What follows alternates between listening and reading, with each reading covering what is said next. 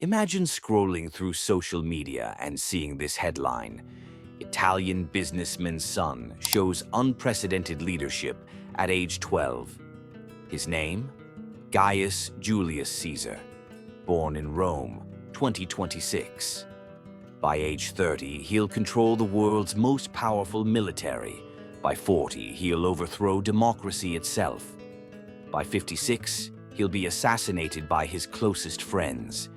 This is the story of what would happen if history's greatest military genius was born today. With smartphones, with nuclear weapons, with Twitter. God help us all. Born into a wealthy Italian political family in Rome, young Julius shows disturbing signs of brilliance early. At 8, he's coding AI algorithms. At 10, he's reading military strategy, Napoleon, Alexander, Sun Tzu. At 12, he gives a TED Talk titled "Why Democracy is Inefficient" that goes viral with 50 million views. His teachers call him gifted. Psychologists call him concerning. His mother just calls him ambitious. They have no idea what's coming. At 18, Caesar enrolls at Harvard Law. But he's not there to practice law. He's there to understand power. He joins every political organization. He networks obsessively. He dates the daughter of a U.S. senator. When student protesters demand the university divest from fossil fuels, Caesar organizes a counter-movement so effective it makes national news. The Washington Post calls him the future of conservative politics. They're thinking too small. He's not interested in being a politician. He wants to be an emperor. At 25, Caesar doesn't run for office. Instead, he does something smarter.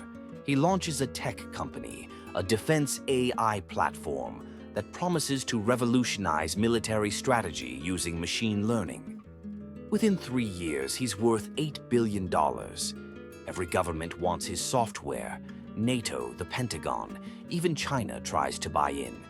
But Caesar isn't selling technology. He's building relationships, learning secrets, gaining leverage. Elon Musk thinks he's competition. He's not. He's something far more dangerous. At 32, Caesar makes his move. Italy is facing a security crisis, terrorist attacks, economic instability, political gridlock. Caesar offers a solution: his AI defense system, free of charge, to the Italian military. The government accepts gratefully. What they don't realize is that Caesar's software has a backdoor. Within 6 months, he has access to every military communication, every drone, every satellite. He knows more about Italy's military capabilities than the generals do, and he's just getting started. But Caesar knows military power alone isn't enough. He needs the people. So he launches what he calls the New Roman Initiative, a political movement promising to restore Italy's glory, rebuild infrastructure, guarantee jobs, and make Rome great again. Sound familiar? Caesar floods social media with targeted ads. He uses his AI to identify and mobilize supporters. His rallies fill stadiums. His approval rating hits 70%. Traditional politicians call him a demagogue. The people call him a savior. History calls him inevitable. At 38, the Italian government tries to shut him down. They see him for what he is, a threat to democracy. Parliament votes to revoke his military contracts and freeze his assets. It's the worst mistake they ever make. That night, Caesar activates his backdoor. Every military drone, every communications network, every defense system, all under his control. He doesn't fire a shot. He simply broadcasts a message. The old government has fallen. A new Rome begins now. Stand with me or stand aside. By morning, tanks surround Parliament. The Prime Minister resigns. Julius Caesar, at age 38, controls Italy. Not through election, through inevitability. But Caesar isn't done. Within a year, he uses economic pressure, cyber warfare, and strategic alliances to bring other nations into his sphere. Greece, facing bankruptcy, accepts his reconstruction aid.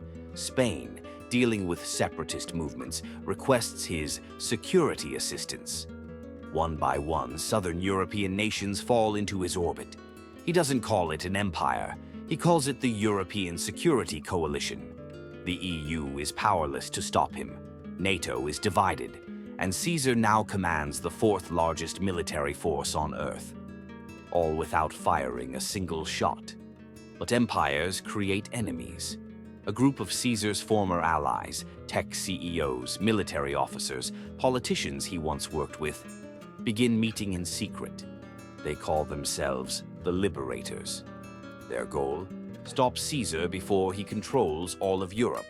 Their leader, Marcus Brutus, Caesar's former business partner and closest friend. A man Caesar once said he trusted with his life.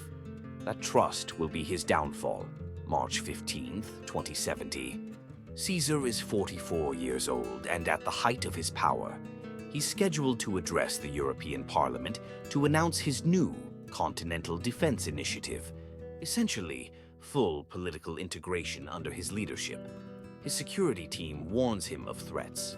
An AI algorithm flags unusual communication patterns among his inner circle, but Caesar dismisses it. He's Julius Caesar. He's untouchable. He's wrong. As Caesar enters the Senate chamber, 23 men are waiting. Former generals, business partners, politicians he appointed, and Brutus. They don't use knives. This is 2070. One pulls a gun, then another, then all of them.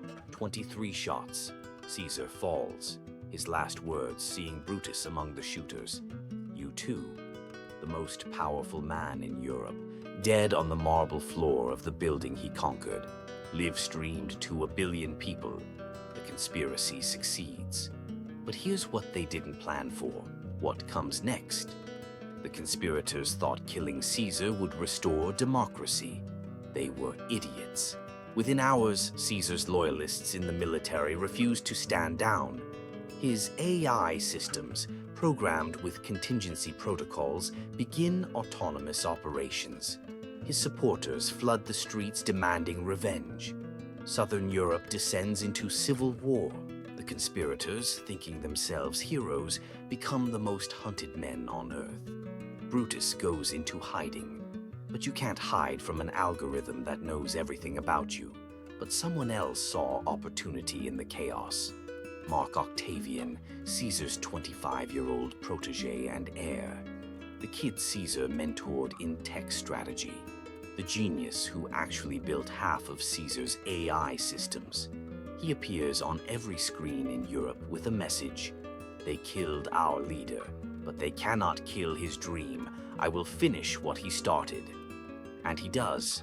Within 2 years, Octavian hunts down every conspirator, consolidates Caesar's coalition, and declares himself first consul of the new Roman Federation. Democracy is dead. The empire Caesar dreamed of is born. So what if Caesar was born in 2026? He'd do exactly what he did 2,000 years ago, because Julius Caesar wasn't a product of his time. He was a force of nature. Give him smartphones and he'd master social media. Give him AI and he'd weaponize it. Give him democracy and he'd dismantle it. The tools change, the tactics change, but ambition, genius, the hunger for absolute power, that's eternal. And the terrifying truth is, he's probably already out there. Somewhere, learning, planning, building his empire one algorithm at a time. The question isn't, what if Caesar was born today? The question is, would we even recognize him before it's too late? Subscribe for more alternate history scenarios where we bring history's greatest figures into the modern world. Because those who forget history are doomed to be conquered by it.